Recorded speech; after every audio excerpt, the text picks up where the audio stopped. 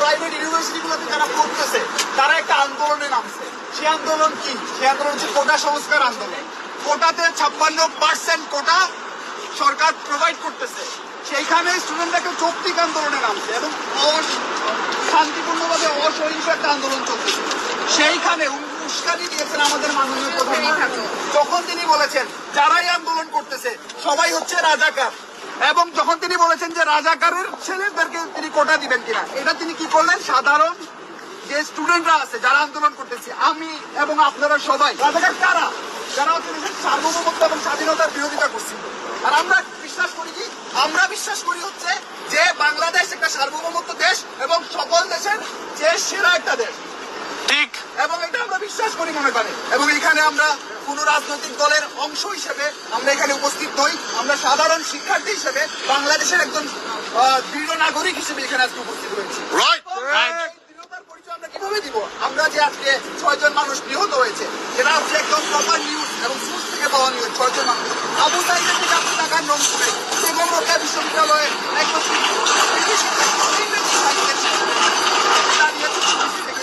Police এসেছে বলেছে আন্দোলনকারীরা সহিংসতা করছে, সে দাঁড়িয়েছে এভাবে। সেভাবে কেন দাঁড়িয়েছে? তার একটা বিশ্বাস ছিল এই পুলিশ জনগণের বন্ধু, তারা বলে সেবাই গরম ধর্ম, এবং তারা মনে করে, আমরা মনে করি কি পুলিশ হচ্ছে জনগণের নিরাপত্তার জন্য। সেই পুলিশ কিভাবে নৃশংসভাবে সেই 28 সেকেন্ডের ভিডিও এখানে এমন কেউ নেই যে দেখেনি, সবাই দেখেছে। কি দেখেছে? পুলিশ নৃশংসভাবে হত্যা করছে। এই হত্যাটা কেন সংঘটিত হলো? এই হত্যার জবাব কে দিবে?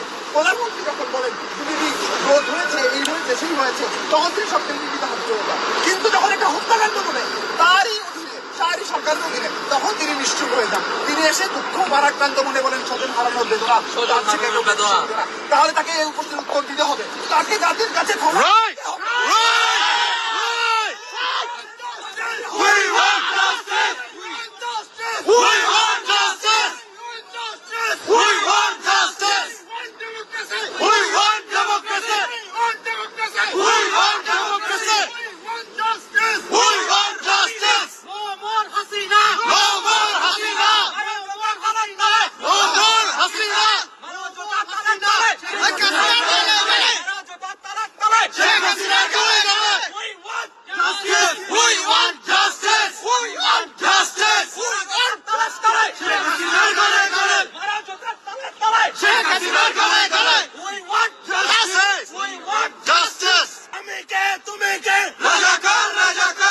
আমরা জানি এখানে সবাইকে তারপর আমাদের যারা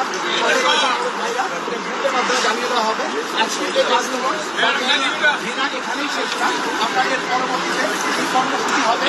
এরপরে আমরা আন্দোলন থেকে আমরা সরকারের কাছে একটা বার্তা দিতে চাই, আপনারা যতক্ষণ পর্যন্ত আমাদের ভাই বোনদেরকে বিনা শর্তে কারামুক্ত না করবেন আমরা রাজপথে থাকবো।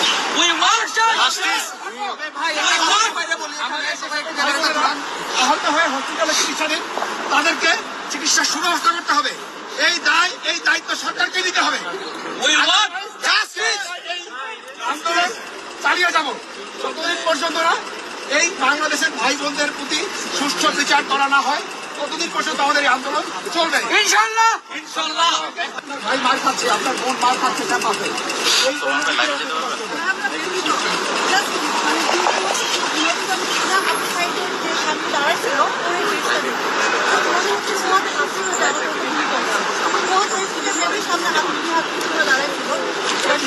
জানি না আসলে আমার বলার কোনো কিছু নাই, কিছুই বলার না। আমরা সাধারণ পাশে থাকতে চাই, আমরা পারি, কিন্তু আমাদের জন্য অনেক বড়